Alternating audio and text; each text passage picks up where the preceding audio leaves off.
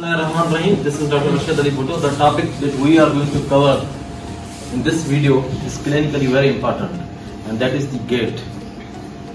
It is a great shame and embarrassing for the patient to come to us with the gait problem, and for we people, for the doctors, to send that patient for the ample of investigations or the consultations when the diagnosis is clinically evident. So what is the gait? Gait is actually the highly complex motor activity. Gait is the highly complex motor activity. Gait can be normal as well as gait can be abnormal. In the normal gait, there are actually the two phases. One is the stance phase, which occupies about 70 to 75% of the gait, and other one is the swing phase, which occupies about 25 to 30% of the gait. So what is the stance phase? Stance phase is that phase of gait in which your foot is in contact with the floor. This is known as actually the stance phase, when your foot is in contact with the floor.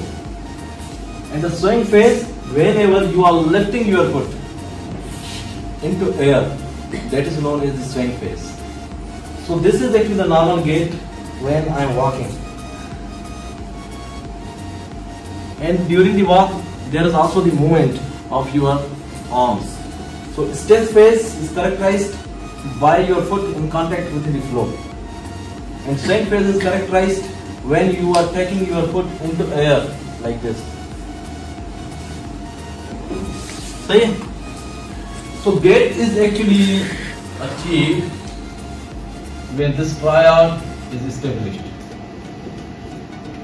When you are able to support your body against the gravity, then you may walk. If you are unable to support your body against the gravity, then you cannot walk. So number one component is the anti-gravity support.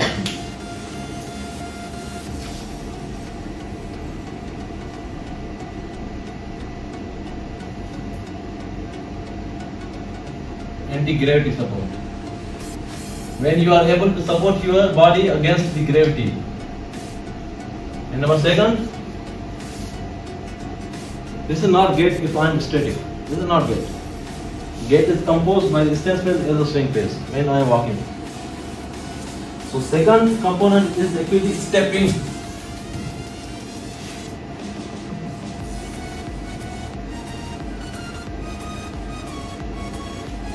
See? And third component, when there is the equilibrium in between the anti-gravity support and the stepping. When there is the equilibrium. So when these three things are achieved, then one may walk. If any one of them is missing, then one may not walk. So one is anti-gravity support, second one is stepping, and third one is equilibrium. So why we perform the motion? Gait is what? Gait is actually the motion. It is a highly complex motor activity. Why we perform it? It is actually the means of propulsion.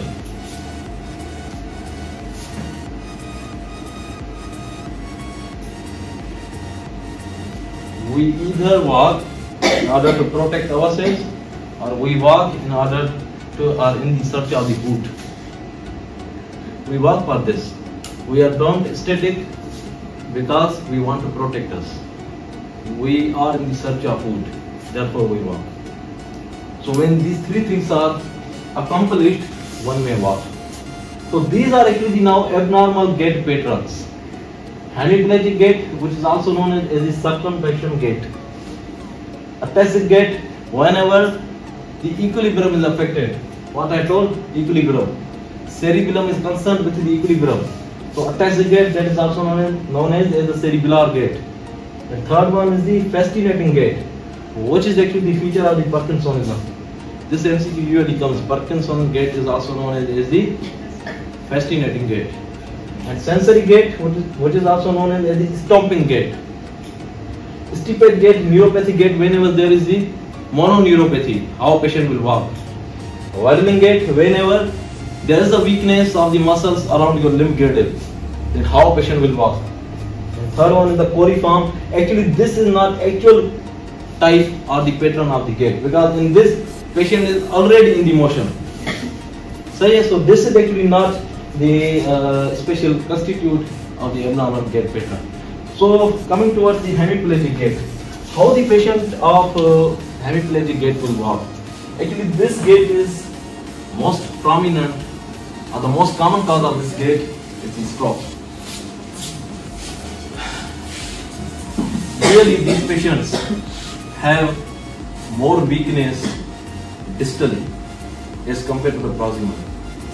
Flexors are more weak in the arm and extensors are more weak in the leg. Okay? This is also known as the pyramidal shaped weakness. So patients usually have weakness like this. You might have seen.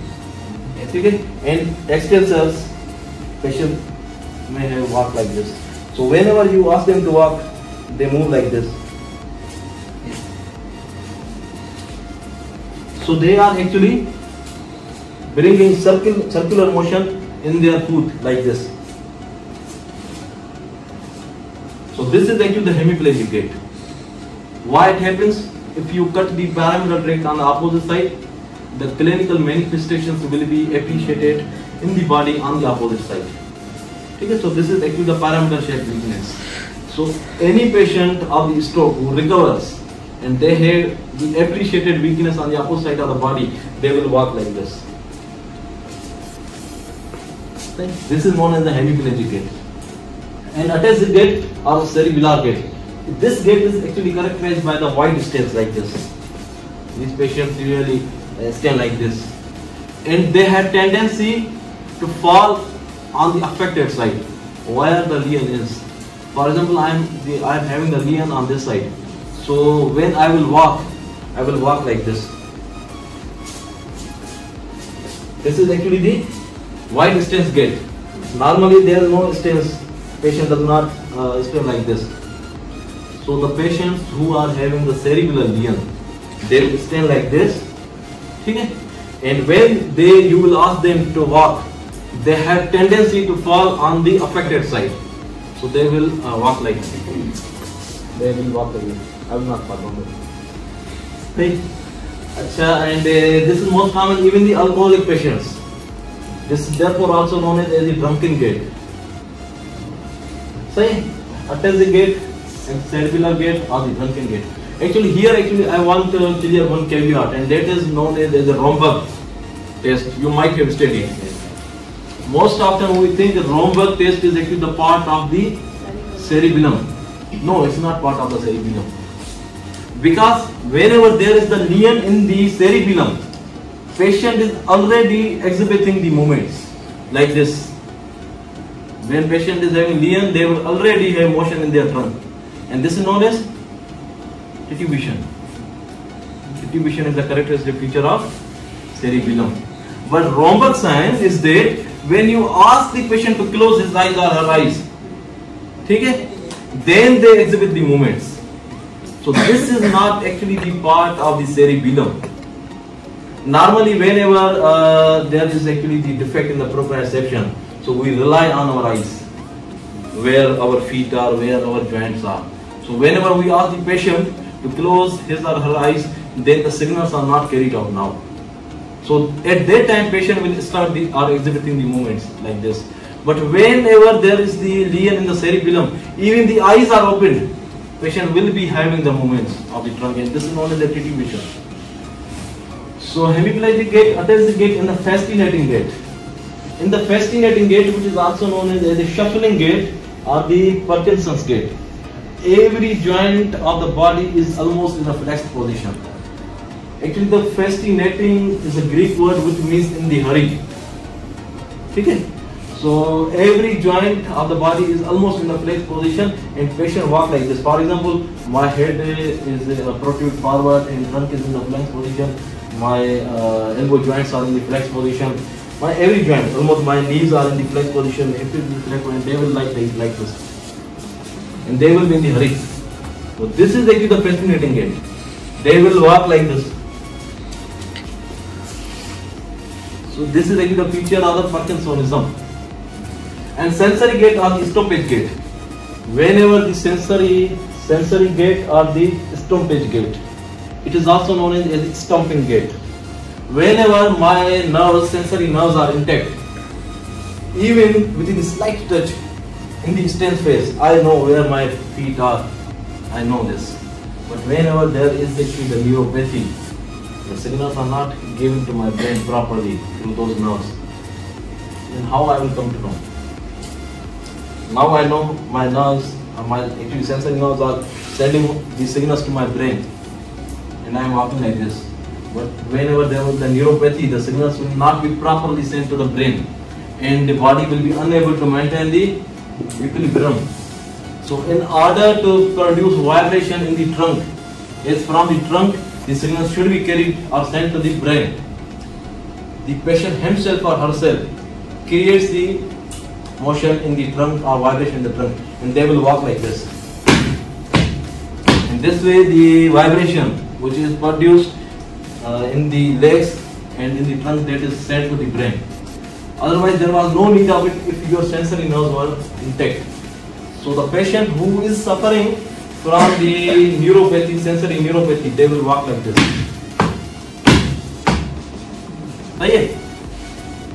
And other one, the stoppage gate or neuropathy gate is actually the mononeuropathy. For example, I am having the foot drop. So I will not walk like this because my foot is dropped. Whenever there is a foot drop, it will drop like this. So how I will walk? If I will walk in the normal pattern, I will actually damage to my toes. So these patients usually walk like this. And this is known as the equine gate. Why it is known as the equine gate? Because horse walks like this. Have you studied or have you ever seen the video of the gate of walk? It walks, horse walks like this. Therefore, it is known as the equine gate. Now, Wedelin gate or the Trendelenburg gate or the myopathic gate. This is actually the gate of the musculoskeletal system. So, gate is not only the gateway to the CNS examination. It may also give you actually the clue for the musculoskeletal system as well. Whenever I am walking, but before I teach you about this Wedelin gate, I want to say something. Put your hand here. Okay? They are in the static position now. This girdle as well as this girdle, they are in the same plane. So whenever I am moving this leg, this limb girdle will move up. Is it moving? And this is sinking down. This is moving up and this is sinking down. This is moving up because the skeletal muscles which are around this joint, they are strong enough, they are healthy enough to let me to move it up. And the skeletal muscles around this hip they are also strong enough to bear my weight. Whenever the skeletal muscles are weak around this girdle, so body will be unable to maintain the balance. So that balance is counter-regulated, or that balance is balanced by the trunk muscles now. So whenever the patient is walking like this, the trunk muscles will fall here in order to balance the things. Because initially the muscles around the limb girdle, around the hip girdle, they were actually balanced by these muscles. Now they both are weak. So now they have to check this balance via this trunk muscles. So whenever I am walking, my trunk will move forward on that side. So these patients usually walk like this. Is actually the Wedelin gait. So whenever these patients will walk, they will walk like this. They are actually supporting their body with their trunk. This is known as actually the duckling gait. Have you cleared your concept, or should I repeat again? In the Wedelin gait, the support is provided by the trunk muscles because the limb girdles are weak. And third one is the coliform or the hyperkinetic gait. As I already told you, this is actually not a true pattern of the gait. In this Gait, patient is already exhibiting the movement, and they walk like this. They are already in the motion. Each and every part of the body is in the motion. They are not actually intrusive, constituting the stance phase and the swinging phase properly. So this was actually all about the gait.